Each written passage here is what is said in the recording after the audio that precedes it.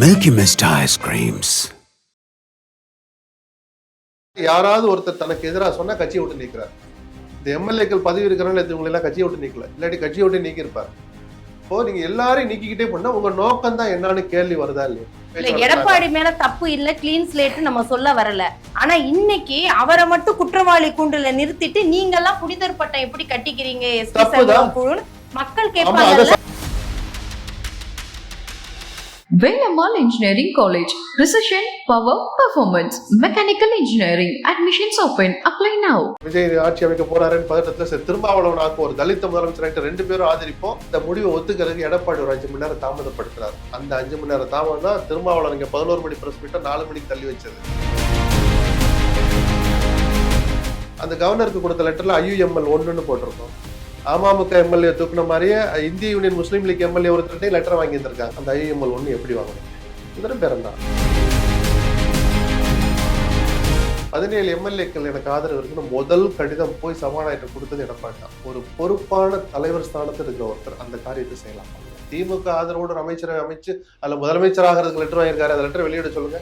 எல்லாரும் கையெழுத்து போட்டது ரிசார்ட்ல 47 பேருன்னு போயிருக்கு. எல்லாரும் கையெழுத்து போட்டாங்க.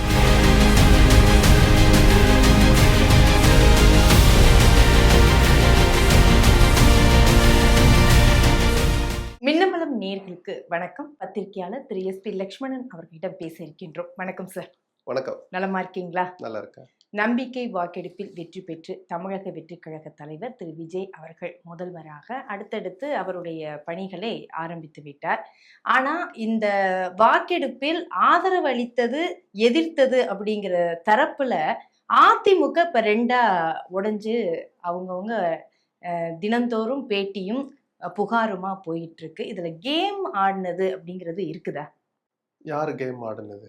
யாரோட கேம் இந்த மாதிரி எல்லாருமே இந்த சூழலை பயன்படுத்திக்க பாக்குறாங்க. முதல் பாயிண்ட், அதிமுக வரும் தேர்தலில் ஒரு படுதோல்வியை சந்தித்தால் ஆட்சி பொறுப்பை பிடிக்க முடியாமல் போனால் அங்கே ஒரு குழப்பம் வரும். எடப்பாடியினுடைய தலைமைக்கு எதிராக கேள்விகள் வரும். எடப்பாடியுடைய அரசியல் வாழ்க்கையே முடிவுக்கு வந்தால் கூட ஆச்சரியம் இல்லைன்னு நான் சொன்னேன். அது ஏதோ ரகசியம்லாம் இல்லை, ஃபார்முலாலாம் ஒன்றும் கிடையாது, யதார்த்தம் அதுதான். காலம் மாறிக்கிட்டு இருக்கு. மீண்டும் ஒரு முறை ஆட்சி பொறுப்பில் இல்லாமல்லாம் ஒரு கட்சியை கட்டுக்கோப்பை எடுத்துட்டு போக முடியாது. ஏன் எடப்பாடியை நோக்கி வைக்கிறான்னா, பொறுப்பு எல்லாருக்கும் தான். நேற்று சிவிசண்முகம் பேட்டி கொடுக்கப்போ நாங்கள் எல்லோருமே தோல்விக்கு பொறுப்பே இருக்கிறோம் அப்படின்னாங்க. இத்தனைக்கு அதில் நிற்கிறவங்க பூரா ஜெயிச்சு எம்எல்ஏ நிற்கிறாங்க. அவங்களுக்கு இருக்கிற அந்த இது எடப்பாடிக்கு இன்னும் அது தோணவே இல்லையே. இந்த தோல்விக்கு நான் பொறுப்பே இருக்கிற முதல்ல தலைவர் தான் சொல்லணும், தலைமை பொறுப்பில் இருக்கிறவர் தான் சொல்லணும். அவர் சொல்லலை. சில பிடிவாதம், அவர் காட்டிய பிடிவாத குணத்தினால்தான் இந்த தோல்வின்னு அவங்களுக்கு அந்த கோபத்தினுடைய விளைவு தான் இது. விஜய்க்கு ஆதரவளிக்குங்கிறது 2வது. எடப்பாடி அந்த இடத்துல நவுத்தணுங்கிறதுல ரொம்ப உறுதியா இருக்கிறாங்க. முதல்ல அமைச்சரவை அமைக்கிற வேலை நடக்கிறதுனால இந்த விஷயம் முன்னாடி வந்துடுச்சே தவிர, ஒரு பேச்சுக்கு சொல்றேன், ஒரு 3 மாசம் கழிச்சுதான் அசம்பிளி நடக்க போகுது, அது இதெல்லாம் முதல்ல இந்த பொதுக்குழு கூட்டத்துல தான் அவங்க கவனம் செலுத்தியிருப்பாங்க. ஏன்னா நம்ம சொன்னது எதையுமே கேட்காம இவர் இப்படி கட்சியை தோல்வி பாதை கழிச்சுட்டு போயிட்டாருங்கிற கோபம், எரிச்சல், விரக்தி, அதுதான் காரணம். அதே சமயம் EPS அவர்கள் 234 தொகுதிகள்லையும் சுற்றுப்பயணம் போனார். நீங்களே அதை ரொம்ப சிலாகிச்சு கூட சொல்லியிருக்கிறீங்க. அவ்வளவு தூரம் உழைப்பை போட்டிருக்கிறாரு. அதே மாதிரி தேர்தலுக்கு முன்பு பிரச்சாரம் பயங்கரமா ஒரு அடிச்சு பண்ணாரு. அதோட வெளிப்பாடு தானே இவ்வளவு எம்எல்ஏக்கள் 47 கிடைச்சது. சொல்லி முடிச்சிடுறேன். அவருடைய உழைப்பே இல்லை, அவருக்கு பங்களிப்பு இல்லைன்னு சொல்லலை. கட்சி தோல்வி நோக்கி தான் போகணும், அவங்க எல்லாருக்குமே தெரியும். கட்சி ஒற்றுமைப்படுத்துறதுக்கு ஏதாவது ஒரு ஸ்டெப் எடுங்க, நாங்க எடுக்கல. நான் திமுகவில் போய் சேர்றதுக்கு முதல் நாள் வரைக்கும் OPS பொது வெளியில பேட்டி கொடுத்தாரு. எனக்கு எந்த நிபந்தனையும் இல்லை, என்னை கட்சியில சேர்த்துங்கன்னார். எந்த OPS எதிர்த்தார்களோ சில முன்னாள் அமைச்சர்கள் அவர்களே போய் அன்னை சேர்த்துக்கலாம்னு, அவர் தான் எந்த நிபந்தனை இல்லைங்கிறார். சொன்ன போது கூட அதை பத்தி காது கொடுக்க கேட்க மறுத்தார். அதெல்லாம் பண்ணா விட்டு பிரச்சாரம் பண்ணலைன்னு யாருமே சொல்ல. இன்னைக்கு எங்கள் பொதுச்செயலாளர் அவர் தான், அவருடைய உழைப்பை மதிக்கிறோம், அவருடைய பிரச்சாரத்தை மதிக்கிறோம், இன்னைக்கு பேட்டி கொடுத்தது எல்லா பேப்பர்லயும் வந்திருக்கு. அவங்க யாருமே அதை மறுக்கலையே. முதல் முறையா எடப்பாடியோட கேரக்டர்லாம் தள்ளி வச்சுட்டு தன்னுடைய வீட்டுல அன்அபிஷியலா ஒரு மீட்டிங் போட்டார், எம்எல்ஏக்கெல்லாம் வர வச்சு. அவர் சொன்ன முதல் வார்த்தை என்ன தெரியுமா? இந்த வெற்றி உங்களால் உங்களுக்கு கிடைத்த வெற்றினார். ஏன்னு அவருக்கும் அந்த ஜெயிச்சவங்களுக்கும் தான் தெரியும். பண விவகாரங்கள்ல இப்ப இந்த இத்தனை பேர் ஏன் தெரியுமா கோவப்படுறாங்க? MP தேர்தல் நடந்த போது தகுதியற்ற பல பேருக்கு வாய்ப்பு கொடுத்தாரு. ஏன்னா காசு யார் வச்சிருக்காங்களோ அவங்களை வேட்பாளரை போட்டுங்கட்டு ஒதுங்கிட்டார். ஏன்னா என்கிட்ட இருக்கிற பணம் MLA தேர்தலுக்கு தான் அப்படின்னு சொல்லியிருந்தார். ஏதோ ரகசியம்லாம் இல்லை, ஒரு இடம் சொன்னா எல்லாருக்கும் அதெல்லாம் பரவிடும். முன்னாள் அமைச்சர்களுக்கு தெரியும் எங்க பணம் இருக்கு, எப்படி பணம் வந்துச்சுலாம். MLA தேர்தல் வந்த பிறகும் பணத்தை எடுக்க மறுத்தார். மாறாக ஒரு முன்னாள் அமைச்சரையா கூப்பிட்டு, நீங்க உங்க தொகுதியை பார்த்துங்க, பக்கத்துல ஒரு 4-3 பார்த்துங்கன்னு அவங்கவுங்க தகுதிக்கு ஏற்ற மாதிரி சொன்னார். 3 இலக்கங்களில் சில பேர்கிட்ட கேட்டு வாங்கினார். வாங்கி இவர் அக்கௌண்ட்ல போட்டுக்கல. இவரும் அதை வாங்கி 4 பேர் கொடுத்தாரே தவிர இவரிடமிருந்து இவர் எந்த பணத்தை எடுக்கல. அப்ப எம்பி எலெக்ஷன்லயும் ஒரு பதில் சொன்னார், நடக்கல. இப்ப பாத்துக்கலாம், இப்பயும் எடுக்கல. அப்ப நீங்க அந்த கட்சி பணத்தை என்னதான் பண்ணீங்கிற அந்த கோபம் ஏதோ ஒரு விஷயத்தால நடந்த கோபம் அல்ல. அப்ப அவங்க பணத்தையே போட்டு அவங்களும் 4 பேருக்கு செலவு பண்ணி அதுல 2 பேர் ஒருத்தன் ஜெயிச்சு அதுல 4 பேருமே தோல்வி தழுவிட்டுறதுனாலதான் இவர் எடுத்த உடனே அந்த வார்த்தையை சொன்னார். இந்த தடவை அந்த வார்த்தையை சொன்னார், உங்களாலதான் இந்த வெற்றி உங்களுக்கு கிடைச்சது அப்படின்னு. என் பிரச்சாரத்தை, அவருடைய பிரச்சாரம் ஒரு காரணம் தான். அவர் செய்த பிரச்சாரத்தை யாரும் குறைச்சு மதிப்பிடல, அதுக்கு ஒன்றும் வலுவே இல்லைன்னு சொல்ல.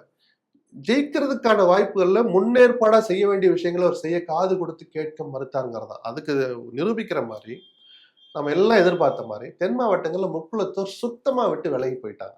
அந்த கோபம் தான். அப்ப சொல்ல சொல்ல கேட்கலையே அவரு. சேலத்துல போய் பார்த்த போது அந்த சந்திப்பே நடக்கலைன்னு பொய் சொன்னார். நான் எத்தனோட நம்ம பேசியிருக்கோம். அது இன்னைக்கு எல்லாம் சொல்றாங்க, நாங்க போய் பார்த்தோம். அன்னைக்கு சொல்றதுக்கு இவங்களுக்கு தைரியம் இல்லை. ஏன்னா யாராவது ஒருத்தர் தனக்கு எதிராக சொன்னா கட்சியை விட்டு நீக்கிறார். இந்த எம்எல்ஏக்கள் பதவி இருக்கிறனால இவங்களை எல்லாம் கட்சியை விட்டு நீக்கல, இல்லாட்டி கட்சியை விட்டு நீக்கியிருப்பார். இப்போ நீங்க எல்லாரையும் நீக்கிக்கிட்டே பண்ணா உங்க நோக்கம் தான் என்னன்னு கேள்வி வருதா இல்லையா? அப்ப நீங்க உட்காந்து அதை பத்தி ஆலோசிக்கவே மாட்டீங்களா? பொதுக்குழு கூட்டி ஆலோசிங்கிறாங்க. சரி, அதெல்லாம் அப்புறம் பேசிக்கலாம். இப்ப என்னப்பா வேணும்? எடுத்தோன்னே என்ன பண்ணார்? 17 எம்எல்ஏக்கள் எனக்கு ஆதரவு இருக்குன்னு முதல் கடிதம் போய் சபாநாயகர் கொடுத்தது எடப்பாடி தான்.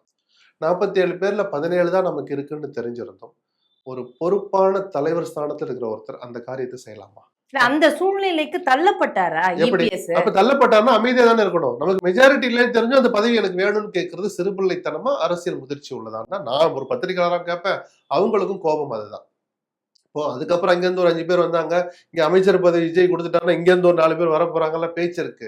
இதுக்கெல்லாம் என்ன அவசியம் வச்சா? உட்கார்ந்து பேசுங்கிற அந்த இடத்துக்கு எடப்பாடி இதுவரைக்கும் வரமாட்டார். இத்தனை ஆண்டு கால தோல்விக்கும் அந்த பிடிவாத குணம் தான் காரணம்.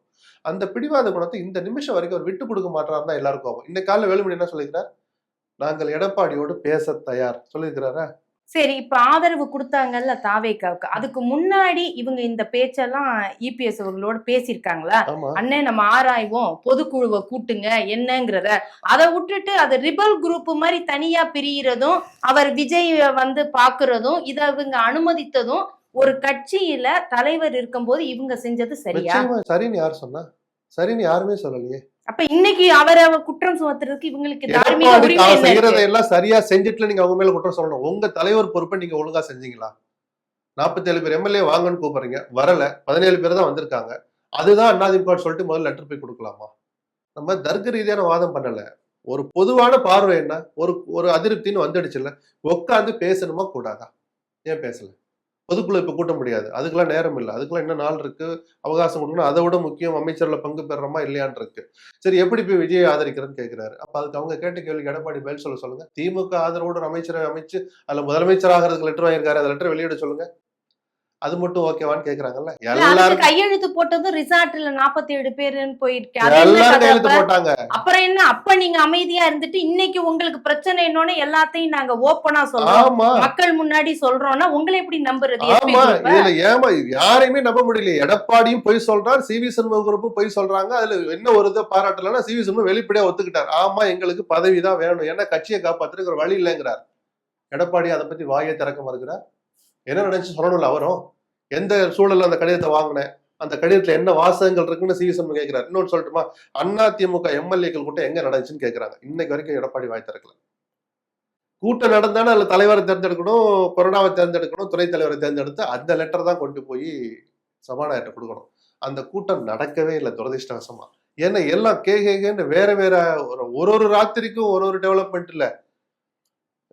எடப்பாடி முதலமைச்சர், திமுக வெளியில இருந்த ஆதரவு, மற்ற விஷயங்களை எப்படி பிரிச்சுக்கிறது, இந்த வேலையெல்லாம் எடப்பாடி உட்பட உட்காந்து பேசி முடிச்சாங்க.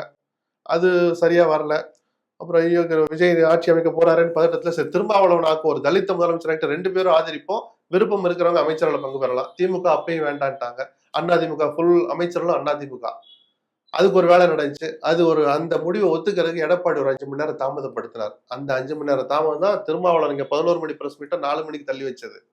இதெல்லாம் நடந்துச்சு. ஆதாரம் இல்லைங்கிறதுல வெளிப்படையா அதிகாரப்பூர்வமா எல்லாம் நடக்காதனால அது வெளியே தெரியாம போயிடுச்சு. ஆனா இப்ப வதந்தி மாதிரி கொஞ்சம் கொஞ்சமா வருது. இல்லாட்டி யாராவது ஒருத்தர் புக் எழுதும் போது மினிட் பை மினிட் எழுதுவார் ஒருத்தர். சிவி சண்முகம் எனக்கு வெக்கமே இல்ல, ஆமா எங்களுக்கு தேவை மந்திரி பதவி, நாங்க என்ன சன்னியாசியா போறோம், பதவி வேணும்னு பச்சையா சொல்லிட்டார். எடப்பாடி வாய் திறந்து பேசணும்ல. அப்போ இந்த கட்சி இன்னும் என்னதான் பண்ண இல்ல, காத்திருக்கிறாரு இதை கேள்வி நீங்க இருக்குல்ல. இல்ல நீங்க இத சொல்லி என்ன ஆக போகுதுன்னு இப்ப நினைக்கிறீங்க? ஏன் இவர் பதவி திமுகவும் அதிமுகவும் வந்து பேசுனாங்க மறைமுகமான்னு இன்னைக்கு சிவி சண்முகம் சொல்றாரு. அப்ப நடந்தப்பெல்லாம் இதே குரூப் தான் வந்து அமைதியாவும் இருந்தது. பதவிக்காக அப்ப நீ ஆமா. அப்ப நீங்க சொல்றதுக்கு எப்படி நம்புறது? எதை? என்ன கிரெடிபிலிட்டி இருக்குன்னு நான் கேக்குறேன். அதனாலதான் பதவிக்காக வேணும்போது அதனாலதான் அப்ப அமைதியா இருப்பேன். இருங்க. எனக்கு பிரச்சனைன்னு வரும்போது நான் வெளியில வந்து பிரஸ் சரி. மீட் கொடுப்பேன். ம். அப்ப என்ன கிரெடிபிலிட்டி இருக்கு? இல்ல நீங்க இபிஎஸ் வந்து கெட்டவரு, Zero. நீ நல்லவருன்னு சொல்றதுக்கு கிரெடிபிலிட்டி ஜீரோ. ஆ. எடப்பாடி என்ன இருக்கு? முதலமைச்சர் ஆகிறதுக்கு திமுகவுடைய ஆதரவு கூட தேடி போட நீ ஏன் வெளிப்படையா சொல்ல மாட்டார்? சிவி சண்முகம் பச்சையா வெளியில வந்து ஒத்துக்கிறாருல. இத சொல்லணும்னு என்ன எதை அவசியம் சார்? சொல்லணும்னு அவசியம் இருக்கு? எனக்கு வந்து வெளியில ஏங்க ஒருத்தர் ஏங்க வந்து திமுக ஆதரவு கொடுத்தாங்க, இத சொல்லி சரி என்ன ஆக ஒரு போகுது? நிமிஷம் இருங்க. அப்ப அரசியல் நீங்களே சொல்லிருக்கீங்க, வெக்கங்கெட்ட அரசியல்ல ஆமா. இது நடக்கும். நம்ம போன பேட்டியில கூட பேசியிருக்கோம். ஆமா 1000 சில பேர் பேர் இந்த மாதிரி சொல்லி விஷயங்கள்லாம் நடக்கிறதா தகவல் வருது. இல்ல அப்படி இருந்ததுன்னா இல்ல அவங்க ஒரு விஷயம் வியூகம்னு பாருங்க. நீங்க நீங்க சொல்லிருக்கீங்க. ரெண்டு விஷயமா பாக்கணும். ஒண்ணு விஜய்க்கு ஆதரவு கொடுக்கறது ஒரு பார்ட். சரி. முதல்ல அதிமுக கதியை பத்தி ஆராயறது தான் முதல் விஷயம். இந்த நிலைமை வரும்னு நான் 3 மாசமா சொல்லிட்டு இருக்கேன். தேர்தலுக்கு முன்னாடி இருந்து எடப்பாடி அப்பையும் திறந்தல, இப்பயும் தன்னை மாத்திக்கிட்டு தான் தெரியல. ஆக மொத்தம் இன்னொரு பிளவை நோக்கி போகக்கூடாது. சட்டமன்ற கட்சி ரெண்டா உடஞ்சிடுச்சு. அதிமுக பிளந்துடுச்சுன்னு நான் சொல்லலை. ஏன்னா ஒரு கட்சி நீக்கிறது இதெல்லாம் கோபதாபங்கள்லாம் வர்றதுதான். அப்புறம் ஸ்டேட்டஸ் கோன்னு சொல்லிட்டு பழைய நிலை தொடருன்னு ஒரு அறிக்கை வந்தா எல்லாம் சரியா போகும். இப்போ உட்காந்து பேசுங்கிறதா இந்த கட்சி நலன்ல அக்கறை செலுத்துறவங்களுடைய பார்வையா இருக்கு.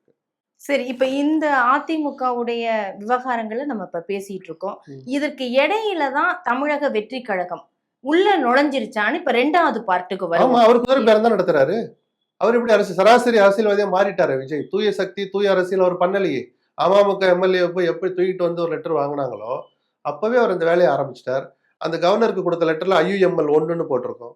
அமமுக எம்எல்ஏ தூக்குன மாதிரியே இந்திய யூனியன் முஸ்லீம் லீக் எம்எல்ஏ ஒருத்தர்கிட்ட லெட்டர் வாங்கி இருந்திருக்காங்க. அதனாலதான் கவர்னர்ட்ட கொடுத்த லெட்டர்ல அதை எழுதுறாங்க. 118 எப்படி எங்களுக்கு இருக்குன்னு. ஏன்னா கவர்னரை போய் 3வது முறை விஜய் சந்திச்ச போது விடுதலை சிறுத்தைகள் கடிதம் தரல. ஏன்னா ஒரு நாள் தள்ளி வைக்கிறார் முடிவை. ஆனா அதுக்கு முன்னாடி விஜய் போனார், ஞாபகம் இருக்கா?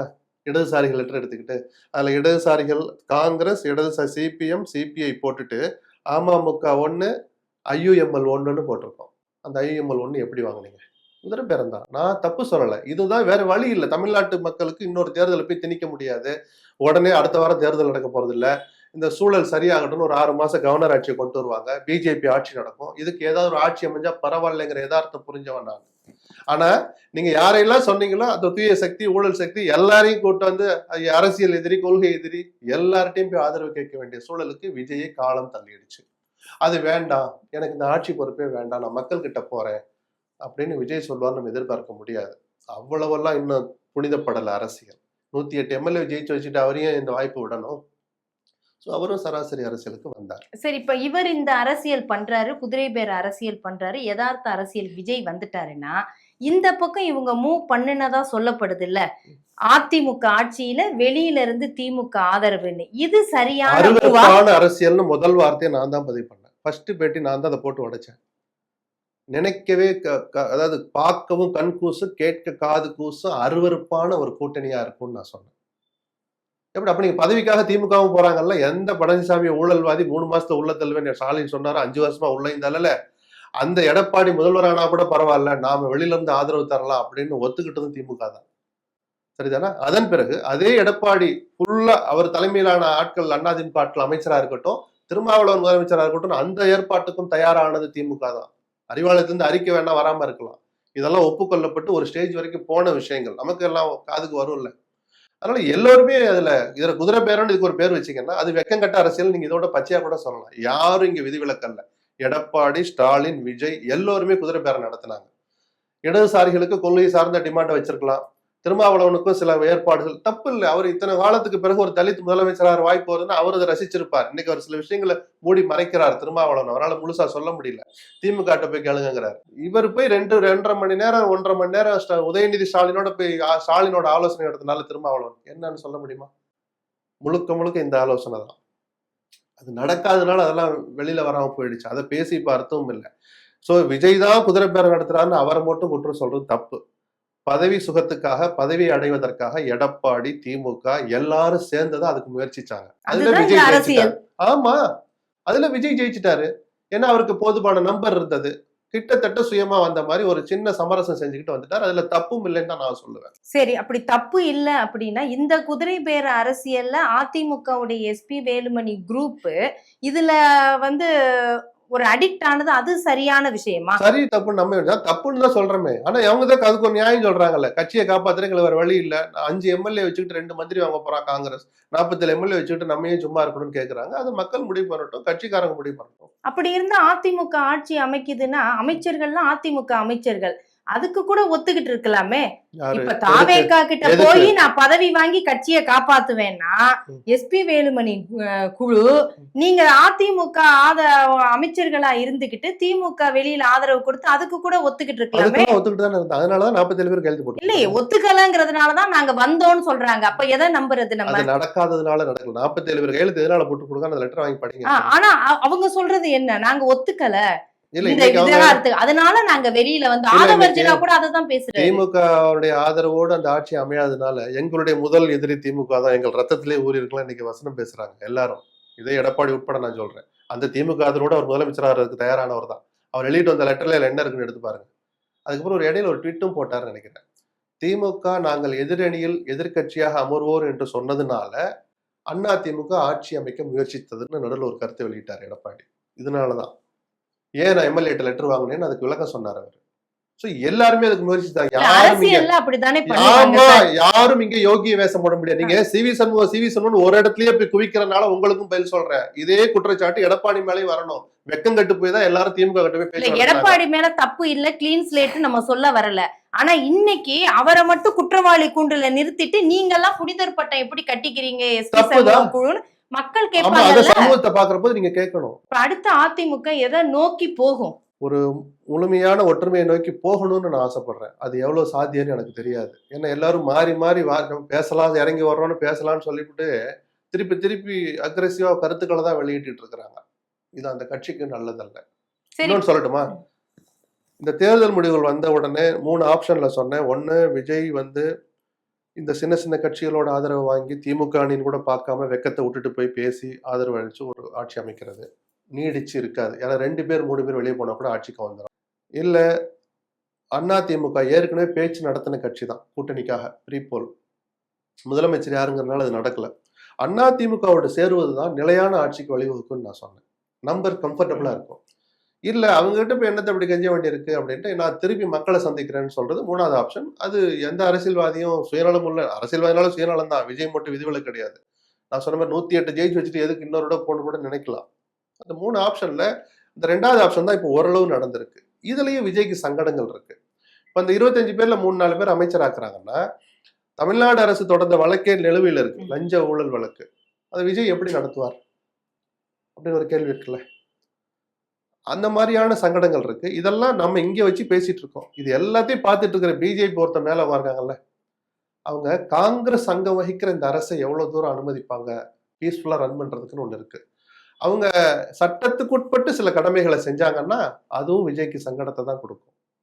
அப்ப ஊழல் சக்தின்னு சொன்னவங்களே அமைச்சரவையில வச்சுக்கிறது இவருக்கு ஒரு சங்கடமான விஷயம்தான். இப்ப நீங்க ஆதரவும் நீங்க சொன்னீங்க, நீங்க இதையும் சொன்னீங்க, அதிமுகவுடைய ஆதரவுங்கிறது இவருக்கு ஒரு நிலைத்தன்மையை கொடுக்கும். அரசுக்கு தமிழ்நாட்டுக்கு நல்லது, நிலையான அரசு இருக்கிறது. சரி, அப்படி இருந்தா இவர் இபிஎஸ்ஏ நேரடியா சந்திச்சு இந்த ஆதரவை வாங்கியிருக்கலாம்ல. இப்ப அது அந்த உடைக்கணும்னு வரும்போதுதானே பிரச்சனை இன்னும் பூதாகரமா வருது. ஏன் அந்த மூவை விஜய் எடுக்காததுக்கு காரணம் என்னவா தெரியல. அது விஜய் கிட்டதான் கேட்கும். எனக்கு புரியல அது. அல்லது இவங்களாகவே ஒரு முடிவு எடுத்து கம்யூனிகேஷன் கொடுத்தனால சரி யாராவது ஒருத்தர் கிடைச்சா சரின்னு அது அந்த சராசரி அரசியல்வாதி ஆயிட்டார் விஜய். அதுல தூய சக்திக்கெல்லாம் இங்க வேலையை சராசரி அரசியல்வாதிங்கிற கேட்டகரிக்குள்ளே அது வருமாங்கிறது நான் கேட்கிறேன். தலைவரை விட்டுட்டு நீங்க அதுதான் சராசரியான இந்த சொல்றது பிராக்டிக்கலான பாலிடிக்ஸ் நீங்க சொல்லலாம். அதுதான் அரசியல் துரோகம், சூழ்ச்சி. அதுதான் இதை எடப்பாடி பண்ணார்ல, அது இப்ப விஜய் பண்றாரு. இப்ப இடதுசாரிகள் விசிகாவோட நிலைப்பாடு என்னவா இருக்கும்? இப்ப அதிமுக ஆதரவு அந்த எம்எல்ஏக்கள் உள்ள அமைச்சரவைக்குள்ள வந்தா அதனாலதான் நாங்க எந்த அணில இல்ல, பிஜேபி இல்லைன்னு சண்முக அறிவிச்சனுடைய முதல் காரணம் அதுதான். அதிமுக மதவாத கட்சி அல்ல, சரிதானா?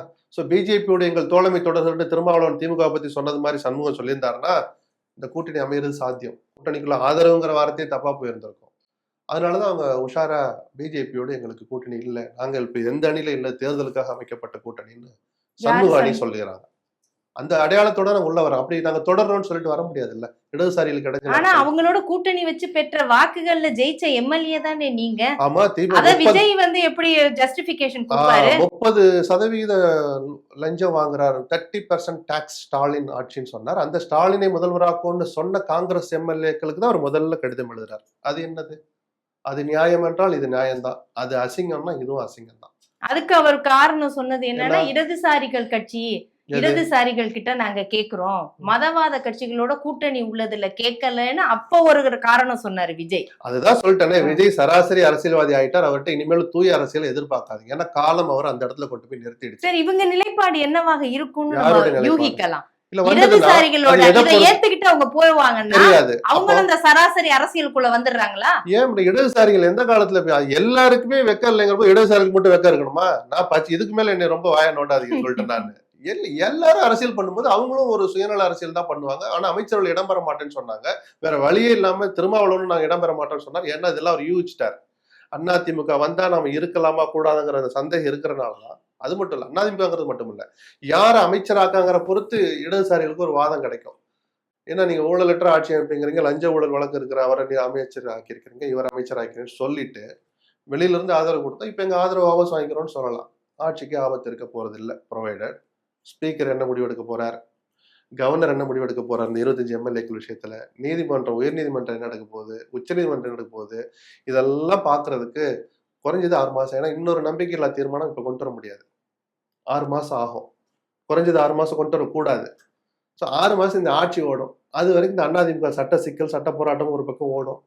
பெரிய மனசு 2 பேருக்கு இருந்தா உட்காந்து பேச்சுவார்த்தையும் நடக்கலாம், இல்லாட்டி போட்டி பொதுக்குழுவும் நடக்கலாம். என்ன நடக்கும் நமக்கு தெரியும். பாஜக அதுல மூவ் ஏதாவது தெரியல, இருக்கு, விலகி நிப்பாங்களா? கவனிப்பாங்க. விலகி இருப்பாங்கலாம் நம்பிராதீங்க. விலகி நின்று கவனிச்சுட்டே இருப்பாங்க. எங்க அடிக்கலாம், என்ன பண்ணலாம், என்ன மூவ் பண்ணலாம், அவங்களும் கவனிச்சு தானே இருப்பாங்க. இப்போ அமைச்சரவையில இந்த பிரச்சனைகள்லாம் ஓடிக்கிட்டு இருக்கிறப்ப இவர் இடம் கொடுக்க முடியுமா எஸ்பி வேலுமணி குழுவுக்கு?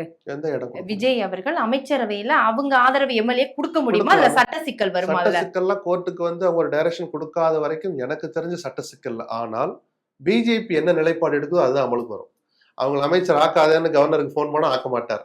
ஆக்குங்கன்னு சொன்னா அது ஒரு பொலிட்டிக்கல் மெசேஜ் கொடுக்கும். அதனாலதான் பிஜேபி என்ன செய்ய காத்திருக்குது, நம்ம அதையும் கவனிக்கணும் அப்படின்னு நான் சொன்னேன். பார்க்கணும், வரப்போற நாட்கள்ல நமக்கு தெரியும்ல என்னென்ன நடக்க போகுது. சரி, நன்றி. நிறைய தகவல்களை சொல்லியிருக்கீங்க. பொறுத்திருந்து பார்க்கலாம் அடுத்த கட்ட அரசியல் நிகழ்வுகளை. நன்றி, வணக்கம். Milky Mist ice creams. Vellamal Engineering College. Precision, Power, Performance. Mechanical Engineering. Admissions open. Apply now. மின்னம்பலம்.com தமிழின் முதல் மொபைல் பத்திரிகை.